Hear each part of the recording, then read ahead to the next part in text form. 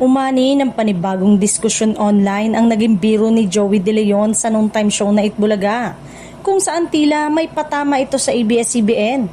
Dahil dito, marami ang nag-aabang kung may mga kapwa-artista at personalidad na posibleng magbigay ng reaksyon, lalo na ang mga matagal nang kilalang malapit sa naturang network. Sa gitna ng usapan, isa sa pinaka-tinututukan ng netizen ay si Vice Ganda, na kilala bilang isa sa mga tahasang nagtatanggol sa ABS-CBN sa iba't ibang issue.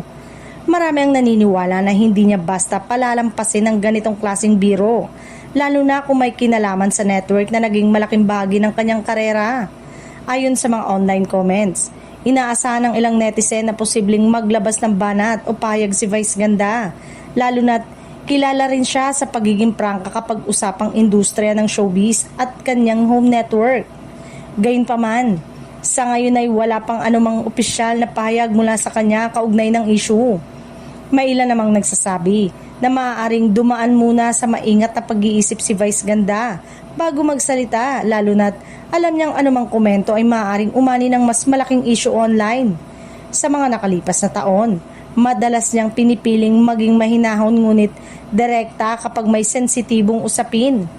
Sa kabilang banda, patuloy pa rin ang paghahati ng opinyon ng publiko.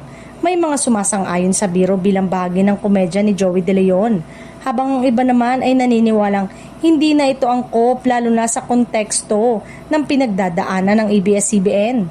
Habang lumalaki ang usapin sa social media, marami ang nakaabang kung may magiging tugon ba mula sa kampo ni Vice Ganda o kung mananatili na lamang itong isa sa mga isyong iikot sa online discussion ng mga taga-subaybay ng showbiz.